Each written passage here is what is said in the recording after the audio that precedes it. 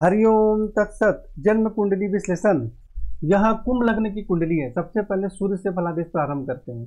सूर्य इस कुंडली में सप्तम भाव के स्वामी है, पत्नी एवं वैवाहिक जीवन के स्वामी है और यह अष्टम भाव में विराजमान हो गए हैं और इस पर जो है केतु की दृष्टि भी है, तो जिसके कारण स्वास्थ्य एवं आयु के संबंध में कुछ परेशानी भी होती है। सूर्य अकेले थे तब तो यहाँ अच्छा था, भाई आयु में वृद्धि होती है और पत्नी एवं वैवाहिक जीवन के सुख में कठिनाई एवं परेशानी होती है, परंतु केतु से पीड़ित होने के कारण पत्नी एवं वैवाहिक जीवन में ज्यादा परेशानी होगी अपेक्षा कि सूर्य अगर पर केतु की दृष्टि नहीं होती। तो यहाँ विराजमान होने के कारण स्वास्थ्य एवं आयु में परेशानी होती है, पत्नी एवं वैवाहिक जीवन के सुख में भी कठिनाई एवं परेशानी होती है। और यहाँ से जो सूर्य है वह देख रहे हैं द्वितीय भाव में, तो जिसके कारण कठिन परिश्रम के माध्यम से धन एवं कुटुंब का सुख प्राप्त होता है।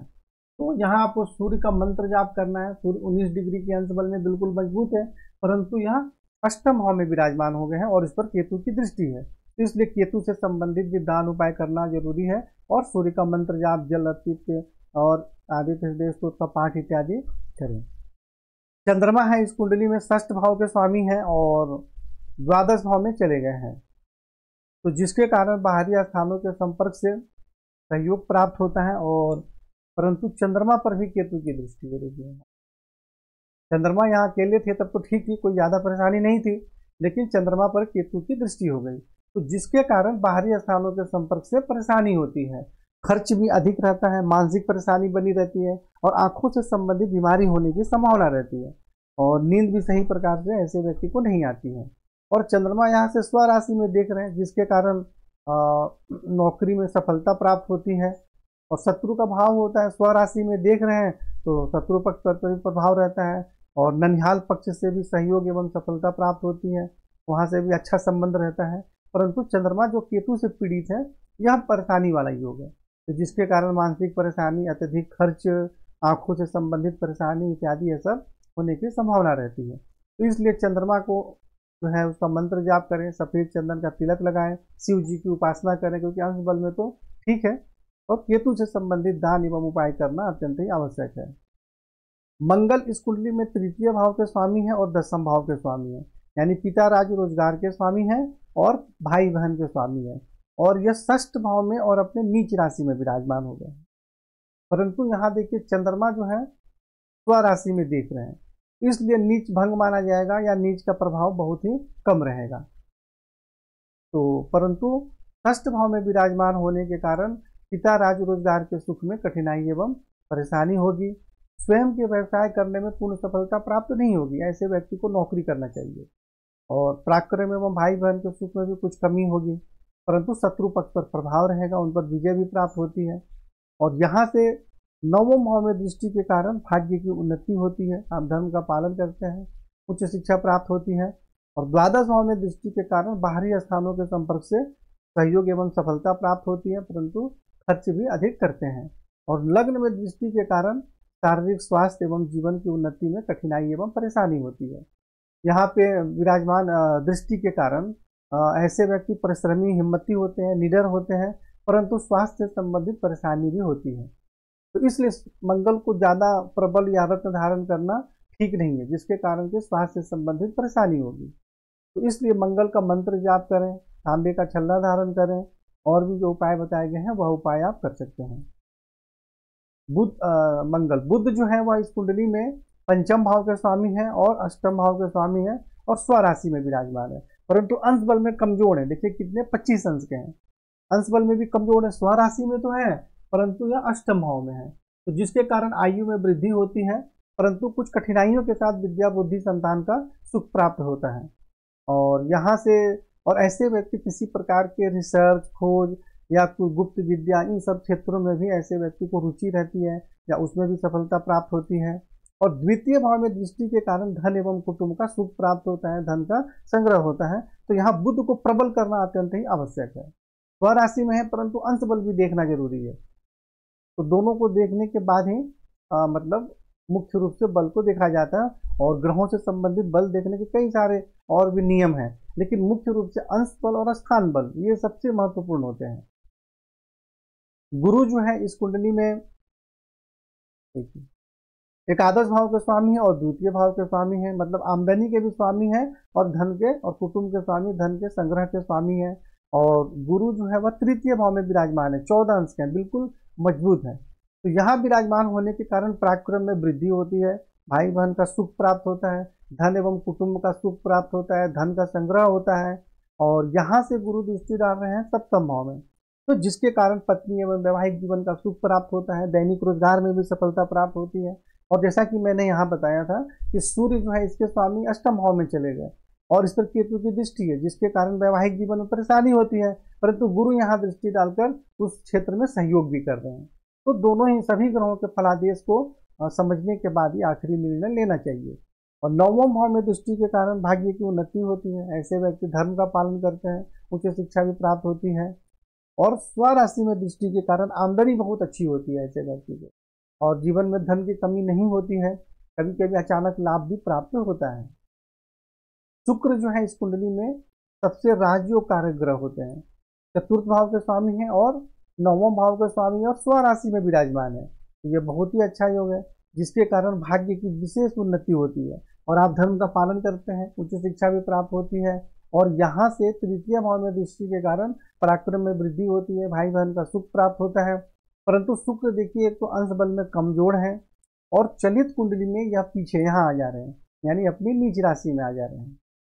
तो इसलिए यहाँ शुक्र को प्रबल करना अत्यंत ही आवश्यक है, जैसा कि बुध को प्रबल करना आवश्यक है और शुक्र को प्रबल करना बहुत ही ज्यादा आवश्यक है।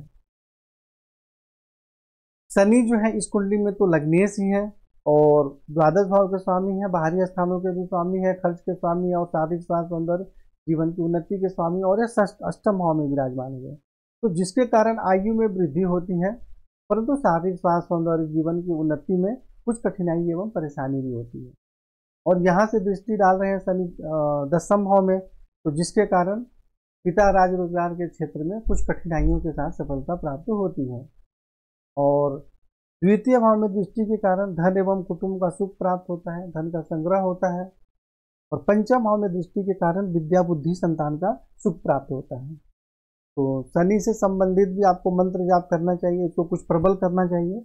लेकिन शनि क्या है, यहाँ सूर्य के साथ भी विराजमान है। देखिए शनि तो लग्नेश है और लग्नेश हमेशा कारक होते हैं तो माना जाता है, परंतु यदि वह किसी को पीड़ित न करें तब ज्यादा कारक होते हैं। तो यहाँ जो शनि है वह सूर्य के साथ विराजमान है और यहाँ दसम भाव में भी दृष्टि डालकर रोजगार के क्षेत्र में परेशानी का योग बना रहे हैं। तो इसलिए अब यह समझ कर कि भाई लगने से चलो इसका रत्न धारण कर लें, तो यहाँ शनि और सूर्य दोनों के एक साथ विराजमान होने के कारण स्वास्थ्य एवं आयु के संबंध में परेशानी हो जाएगी, चोट इत्यादि भी लगने की संभावना रहती है।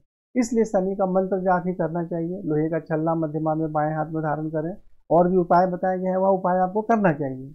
यदि सिर्फ यहाँ सूर्य होते हैं या सिर्फ शनि होते तो कोई परेशानी नहीं था, लेकिन दोनों साथ में बैठ गए, यह परेशानी का योग है, उनको समझना जरूरी है आपको। राहु इस कुंडली में दसम भाव में विराजमान है, जिसके कारण पिता राज रोजगार के सुख में कठिनाई एवं परेशानी होती है। द्वितीय भाव में दृष्टि के कारण धन एवं कुटुंब के सुख में भी कठिनाई एवं परेशानियों का सामना करना पड़ता है।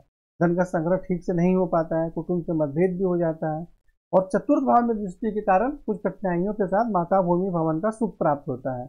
लेकिन षष्ठ भाव में मंगल पर दृष्टि के कारण जो है पिता राज्य रोजगार और भाई पराक्रम इन सब क्षेत्रों में कठिनाई एवं परेशानी तो होती है।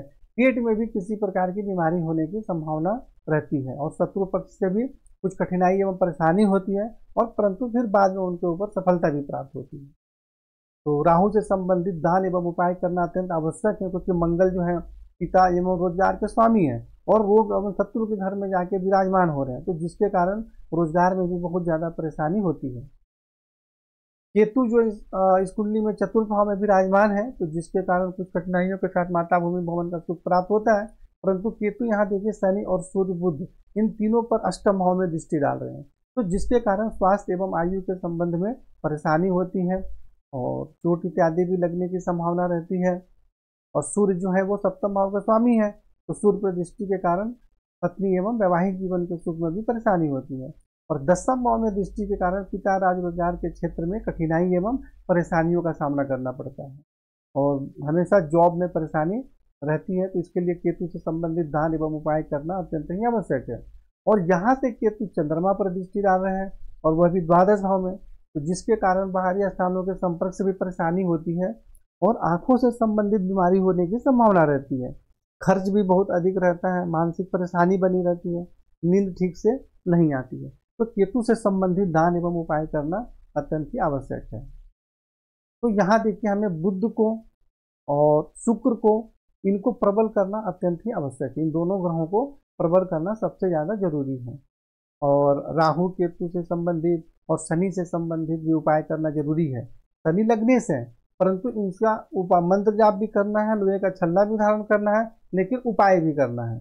दान और उपाय करने से कोई भी ग्रह कमजोर नहीं होते, उनसे संबंधित दोष में कमी आती है और श्रेष्ठ लाभ प्राप्त होते हैं। ऐसा बहुत सारे लोगों ने फेसबुक इत्यादि पर ऐसा भ्रम फैलाया है कि दान करने से ग्रह कमजोर हो जाते हैं, तो लग्नेश का दान मत करो, तो उच्च राशि का दान मत करो। ऐसा कुछ भी नहीं है, जबकि सभी ग्रंथों में दान के विषय में बहुत ही उसके बारे में महिमा बताई गई है। तो इसलिए यहाँ पे आप दान नहीं करेंगे तो क्या करेंगे? अगर सूर्य के साथ शनि विराजमान है, आप सोचिए कि लगने से मैं इसका रत्न पहनूंगा, तो यहाँ पर तो परेशानी होगी जब दोनों का टकराव होगा। तो अपने पास दान उपाय करने के अलावा कोई रास्ता है नहीं और वही करना पड़ेगा। और आप विश्वास रखिए, दान उपाय करने से कोई भी ग्रह कमजोर नहीं होता, बल्कि उसमें शुभता आ जाती है। जो भी परेशानी का योग बना रहे हैं, वह परेशानी का योग कम हो जाता है और वह जिसके स्वामी है उससे संबंधित लाभ प्राप्त होने लगता है। तो इस प्रकार आप समझकर उपाय करें और जीवन में आगे बढ़े। हरिओम तत्सत।